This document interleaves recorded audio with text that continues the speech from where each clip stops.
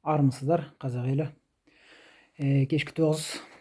Мен бүгін адвокат болмағандықтан бүгін бармадық, звондау бас тарттық, жаңағы тергеушіге барып. Ертең адвокатпен бірге баратын болдым. Осылай мұндағы жігіттермен бәрімен келісіп солай жасадық.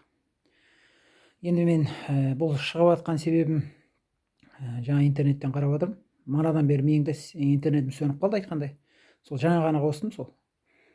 Енді бір қарасам жаңа Азамат Байкенов бауырымызды қаралап жатыр да.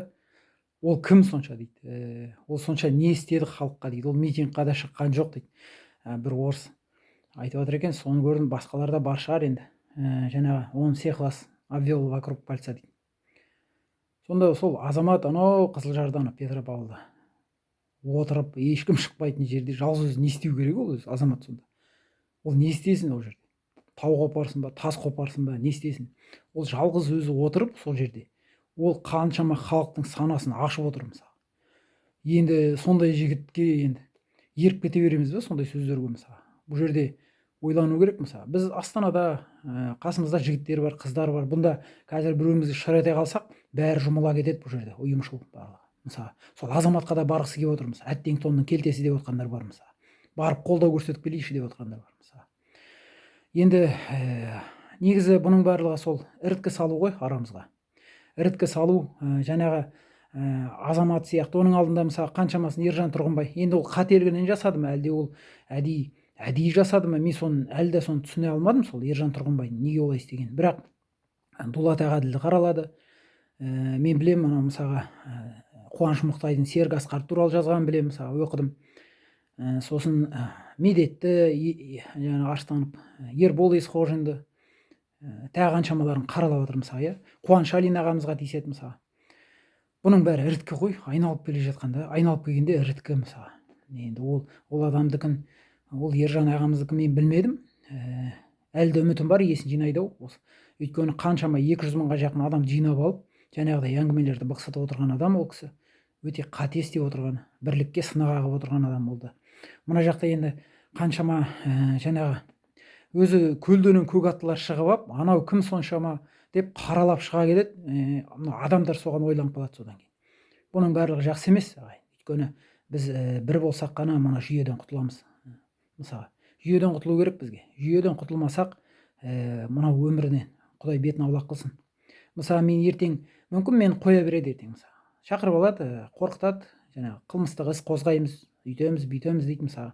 Сосын алып мені қоя беруі мүмкін мысалы. Болмаса, маған қылмыстық іс жаңағы мойным артуы мүмкін. Әйтеуір бұларға оңай, билікке бәрі оңай. Бұл неге оңай? Өйткені қазір міне желтоқсан өтті. Желтоқсан өтті, барлық халық тып-тыныш.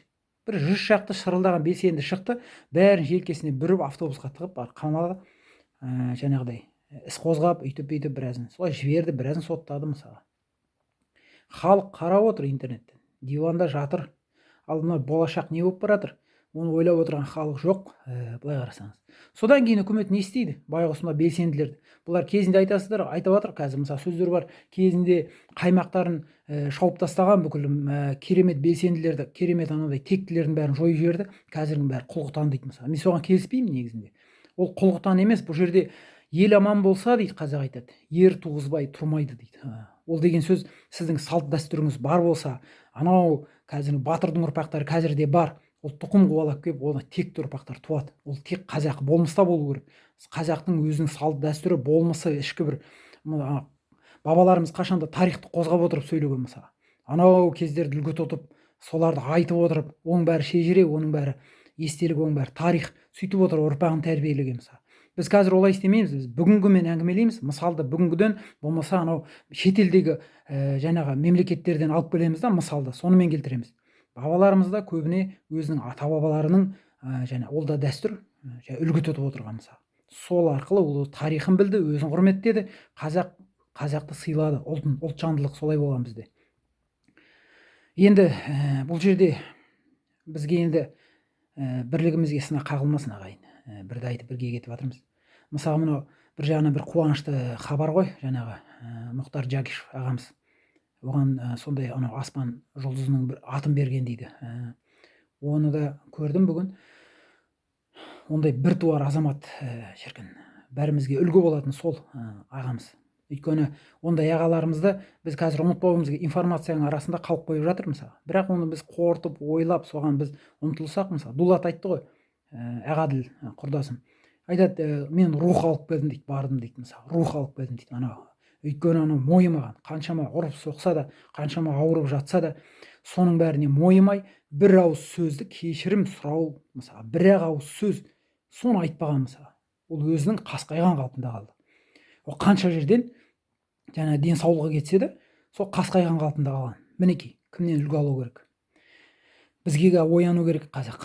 Егер біз оянбасақ, осы қалпы құл болсақ, ондай өмір кімге керек? Маған ондай өмір керек жоқ. Бір-бірімізді қаралағаннан сақтайық, қорғайық, ақтап алып шығайық. Бірлік, қашанда бірлік ойымызда болсын.